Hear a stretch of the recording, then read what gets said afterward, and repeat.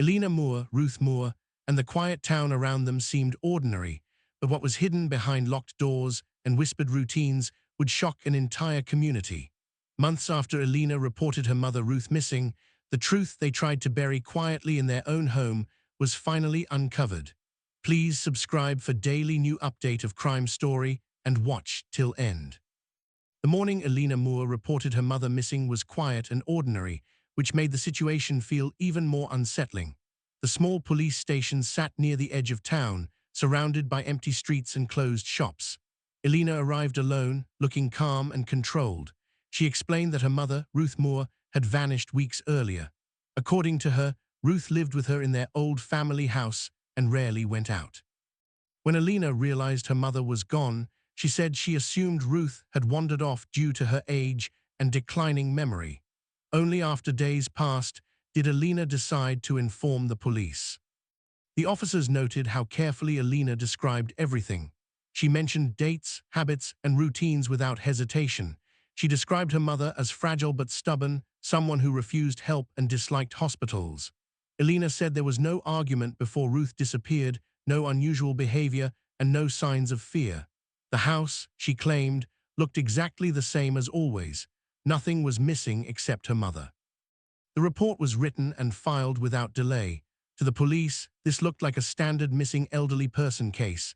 It happened often, especially in small towns with aging populations. Still, a few details stood out. Elena had waited a long time before coming forward.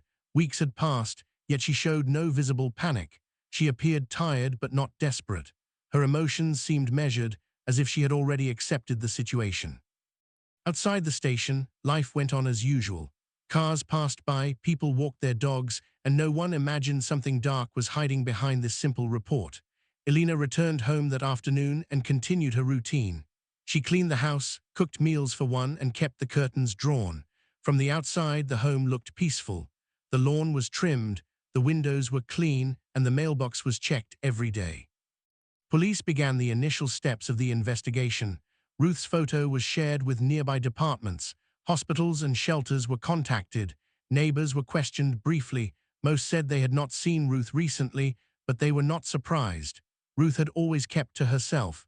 Some assumed she had moved to live with another relative or entered a care facility. No one questioned Elena's story. As the sun set that evening, the missing person report officially entered the system. Another file, another name, another face pinned to a board. To the officers, it was routine work. To the town, it was barely noticeable. But inside the Moore house, something was already deeply wrong. The truth was buried beneath calm words and quiet walls, waiting for the moment it could no longer stay hidden. After reporting her mother missing, Elena settled into a role that appeared natural to everyone watching from the outside. She presented herself as a worried daughter trying to stay strong. In the days that followed, she carefully shaped a story that explained every detail before anyone had the chance to question it.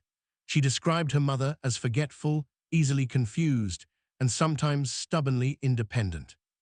According to Elena, Ruth disliked asking for help and often spoke about leaving the house on her own terms. These details made the disappearance sound believable and unfortunate rather than suspicious. Elena repeated the same information each time authorities contacted her. She never added new details or changed her timeline. The consistency made her seem honest. She claimed her mother had been acting distant in the weeks before vanishing, spending long hours alone and refusing conversation. Elena suggested that Ruth may have left during the early morning hours when the neighborhood was quiet. There were no cameras on their street, no nearby witnesses, and no reported sightings. The lack of evidence worked in Elena's favor. Neighbors were approached during the early stages of the investigation. Most of them remembered Ruth as a quiet woman who rarely stepped outside. Some recalled seeing her months earlier, but no one could give a clear date. Elena had already planted the idea that her mother's memory was failing, so any confusion among neighbors seemed expected. The story fit too well to be challenged. Online, Elena began posting about stress and emotional exhaustion. She shared vague messages about loss and uncertainty without mentioning details. Friends and distant relatives responded with sympathy and encouragement. No one noticed how carefully her words were chosen. She never asked for help. She never showed urgency. Her posts created the image of someone grieving silently while holding herself together. At home, Elena maintained complete control over the environment. Every room remained spotless. Personal items belonging to Ruth were left in place, untouched, as if she might return at any moment. This detail impressed investigators during their first visit. It suggested hope rather than guilt. The house smelled clean and organized, not abandoned or chaotic. Nothing suggested a sudden disappearance or emotional breakdown. As time passed, police follow-ups became less frequent. With no new leads, the case slowly lost attention. Elena continued going to work, shopping, and interacting politely with others. She avoided deep conversations but remained friendly. Her calm behavior discouraged suspicion. People assumed grief affected everyone differently. Yet beneath the surface, Elena's perfect story served one purpose: control. By presenting herself as reliable and composed, she ensured no one looked too closely. Every detail was designed to close doors rather than open them. The missing person case remained unresolved, but Elena appeared untouched by the uncertainty.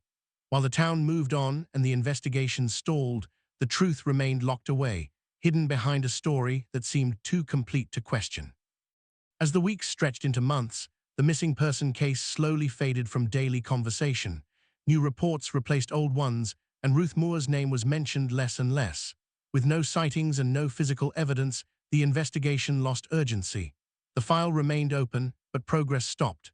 For Elena, this silence was exactly what she had counted on.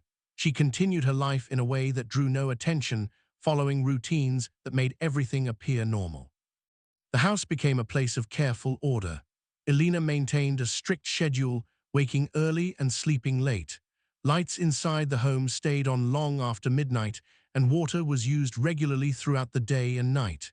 To anyone passing by, it meant nothing. But to the utility companies, the numbers told a quiet story. Bills showed unusually high usage for a single resident. There were no vacations, no days of reduced activity. Energy use remained steady, almost as if more than one person lived there. These details were logged automatically and filed away. No alarm was raised at first. High usage could mean many things: extra appliances, old plumbing, or simple wastefulness. Still, the pattern never changed. Month after month, the numbers stayed the same. The house was never truly inactive. Inside, the atmosphere felt heavy and controlled. Windows were rarely opened. The basement door stayed locked at all times. Elena told people it was cluttered and unsafe. She said it had flooded years earlier and was no longer usable. This explanation discouraged curiosity. No one had a reason to question it, and no one asked to see it. Occasionally, police attempted follow-up contact. Each time, Elena responded promptly and politely. She expressed disappointment but no frustration. She thanked officers for their efforts and said she understood there were limited resources. Her calm tone suggested acceptance. It made the case seem less urgent, less tragic, and easier to set aside. Neighbors noticed small things but never connected them. Some heard faint sounds late at night, like movement or low noise, but assumed it came from pipes or old wiring. The house was agging, and strange sounds were common in that area. Others noticed Elena buying groceries in larger quantities than expected, but assumed she stocked up to avoid frequent trips. As summer turned into fall and then winter, the missing posters faded in the sun and rain. Eventually, they were removed. Ruth's face disappeared from notice boards. The town adjusted to her absence. Elena remained unchanged and unchallenged. Yet the house itself seemed to carry a secret. The air inside felt damp, and certain areas were always kept closed off. Despite the cleanliness, there was a sense that something was being hidden rather than maintained. The silence surrounding the case did not mean resolution. It only meant delay. While the investigation slept, the truth remained awake, buried beneath routine, numbers, and locked doors, waiting for a moment when silence would no longer protect it. The first real shift in the case came from something small and easily ignored. It did not come from police files or official reports, but from a passing observation. A delivery worker who often drove through the neighborhood began to notice a strong, unpleasant smell near the Moore house. It was not sharp or rotten, but damp and stale, like old concrete mixed with standing water. At first, The worker assumed it came from nearby drains or the agging sewer system. The area had older homes, and strange odors were not unusual. Over time, the smell grew stronger and more consistent. It lingered near the house regardless of weather. Even after rain or snow, it did not fade. The delivery worker mentioned it casually to a supervisor who suggested reporting it during the next visit to the area. When the comment eventually reached local authorities, it was added to the existing missing person file as a minor note. Still, it was enough to justify another visit to the home. Police arrived unannounced for a welfare check. Elena answered the door without delay. She appeared composed, slightly tired, but not alarmed. She allowed the officers inside and calmly answered their questions. The house looked exactly as it had during the previous visit. Floors were clean, furniture was neatly arranged, and the air smelled strongly of cleaning products. Any trace of the reported odor seemed masked. The officers walked through each room carefully. Nothing appeared disturbed. Ruth's belongings were still in place, neatly organized. Clothing hung in the closet, shoes sat by the door, and personal items rested on shelves as if untouched. These details suggested absence rather than violence. Elena explained that she kept everything as it was in case her mother returned. The explanation sounded reasonable. Still, something felt wrong. The officers noticed the windows were sealed tightly, even though the weather was mild. Air circulation inside the house was poor. Certain areas felt cooler and more humid than others. When asked about the smell reported by the delivery worker, Elena blamed old pipes and a previous basement flood. She said repairs had been done years earlier, but the structure remained damp. The basement door drew quiet attention. It was closed and locked. Elena repeated that it was unsafe and unused. The officers noted it but did not press the issue. Without a warrant, they had no reason to force entry. Their visit ended without incident, but the feeling of unease followed them out. After the officers left, the case file was updated again. The smell report, the sealed windows, and the locked basement were documented. None of it was enough on its own to change the direction of the investigation. Yet together, they formed the first crack in the story Elena had built so carefully. The case was no longer completely forgotten. It was not reopened fully, but it was no longer asleep. A single observation had shifted attention back to the Moore house. What had once seemed like a quiet disappearance now carried the weight of something unresolved, hidden just out of sight, waiting beneath the surface. After the welfare check, the investigation entered a slow but deliberate phase. The case was quietly reassigned to a detective known for reviewing overlooked details. Instead of starting fresh, the focus shifted to the small inconsistencies that had been documented but never explored. The locked basement became the most important of these details. In that part of the state, basements were rarely left unused. Many families converted them into storage rooms, workshops, or extra living areas. A completely sealed basement stood out more than Elena realized. Records were pulled again. Utility usage was reviewed alongside building permits and property history. The house had been renovated years earlier, including work done in the basement. Old inspection photos showed a functional space with lighting and reinforced walls. There was no record of major flooding that would make it unsafe. This directly conflicted with Elena's explanation. The basement was not only usable, it appeared to be designed for long-term occupancy. The detective also reviewed financial records connected to the household. Bank statements showed regular withdrawals and transactions that matched the utility usage. Grocery spending remained high. There were no signs of reduced living expenses after Ruth's disappearance. Instead, spending patterns suggested daily care and routine needs. This raised questions about who those resources were supporting. Another visit to the house was scheduled, this time under the pretense of collecting additional information. Elena remained cooperative, but her behavior subtly changed. She answered questions more quickly, sometimes before they were fully asked. She avoided walking near the basement door and redirected attention toward the living areas upstairs.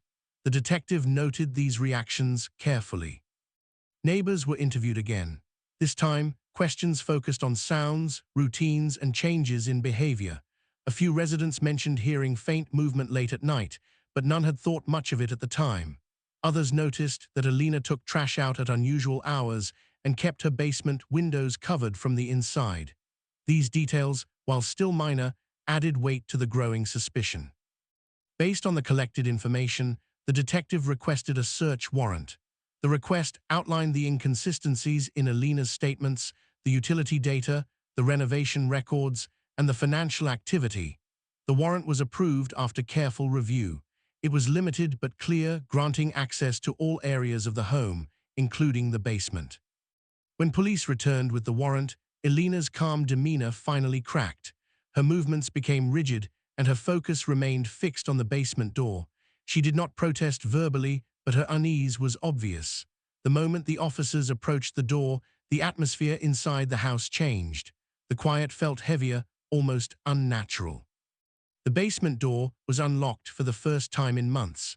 What waited beyond it would finally expose the truth Elena had hidden behind careful planning and silence. The investigation was no longer about a missing person. It was about uncovering what had been deliberately kept out of sight, below the surface, for far too long. The moment the basement door opened, a cold and damp air moved up the stairs and filled the house. The smell was stronger here, no longer masked by cleaning products or fresh air. Officers descended slowly, using flashlights to guide their steps. The basement was larger than expected, with reinforced walls and a concrete floor that showed signs of recent cleaning. Electrical wiring ran neatly along the ceiling, and a single light flickered as it was switched on. At first glance, the space appeared to be used for storage. Boxes were stacked carefully, and shelves were lined with labeled containers, but the arrangement felt intentional, almost staged. The boxes were too neatly placed, leaving narrow pathways that led deeper into the basement.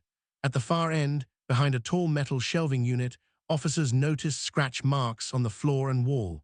The unit had clearly been moved back and forth many times. When the shelves were pushed aside, a hidden door was revealed.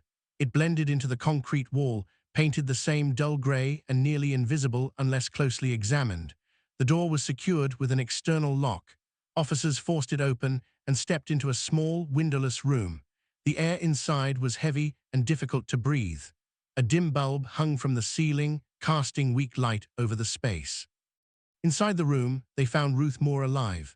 She was sitting on a thin mattress placed directly on the floor. Her body was frail, her movements slow and unsteady. She appeared disoriented and severely dehydrated. Her hair was matted, and her skin showed signs of prolonged lack of sunlight.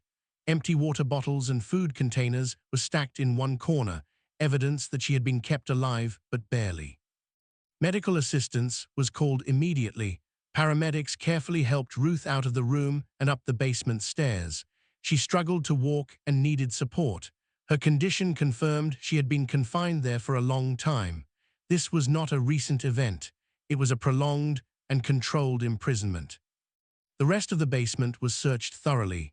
Investigators found signs that the hidden room had been used continuously. There were schedules written on scrap paper, notes tracking food and water, and supplies that suggested careful planning. Everything pointed to deliberate confinement rather than neglect or accident. Upstairs, Elena remained silent as the discovery unfolded. She showed no shock, only tension. Officers placed her under arrest as Ruth was taken away for treatment. The missing person case instantly transformed into a major criminal investigation. The truth was no longer hidden. What had been buried beneath the house for months was now exposed to light. The calm story, the routine behavior, and the locked door all led to this moment. Ruth's survival was remarkable, but the cost was clear.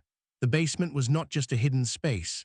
It was the center of a carefully concealed crime that had relied on silence, control, and the assumption that no one would look closely enough to find it.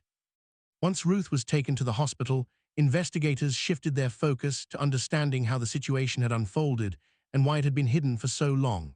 Medical staff confirmed that Ruth was malnourished, dehydrated, and suffering from severe emotional trauma, but she was expected to survive. Her condition suggested long-term confinement rather than a short-term incident. This confirmed what investigators already suspected. The crime had been carefully planned and carried out over months. Financial records became the foundation of the next phase of the investigation. Bank accounts linked to Ruth showed steady withdrawals that aligned with household expenses. Her pension checks and savings had continued to be used as if she were still living freely in the home. Investigators discovered that Elena had full access to these funds. There were no unusual transfers that would immediately raise alarms, only consistent spending that matched daily needs. This pattern explained why the disappearance had not caused financial disruption. Legal documents provided further clarity. Ruth had recently contacted a legal office to revise her will. Records showed she intended to change the distribution of her assets, reducing Elena's share and including a distant relative. Shortly after this appointment, all communication from Ruth stopped. The timing was impossible to ignore. The confinement began not long after Ruth expressed her intent to regain control over her finances and decisions. The basement room was analyzed in detail. Measurements showed it was designed to limit movement and prevent escape. Soundproofing materials were installed between the walls, explaining why neighbors never heard clear cries for help.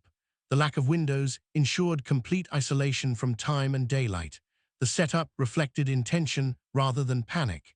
It was not created in a moment of anger, but built as a solution to a perceived problem. Investigators also reviewed Elena's online activity. Her posts about stress and grief appeared calculated in hindsight. They were vague enough to gain sympathy, but never specific enough to invite real support or questions.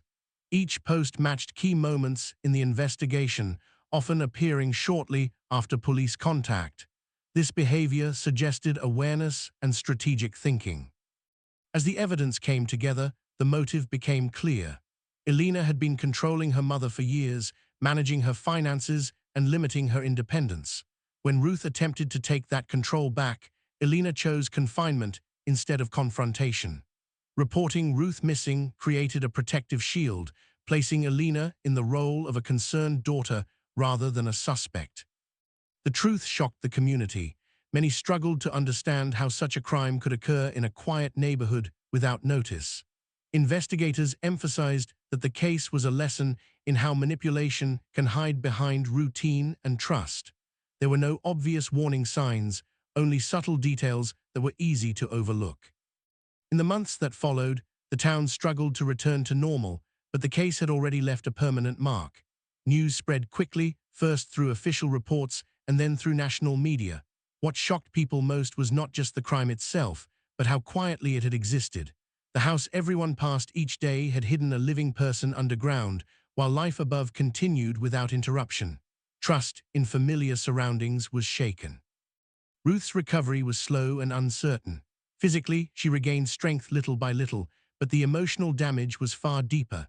Doctors noted signs of severe psychological trauma caused by isolation and loss of control. Simple things like open spaces, loud noises, or darkness triggered fear. She required constant care and support. Despite surviving, her life would never fully return to what it once was.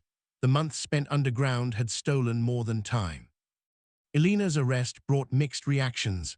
Some neighbors felt guilt for not noticing the signs, while others struggled to accept that someone they saw regularly could commit such a crime.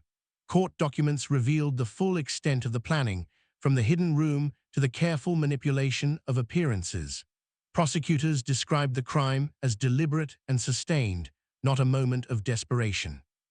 The missing person report, once seen as an act of concern, was exposed as a calculated move to avoid suspicion.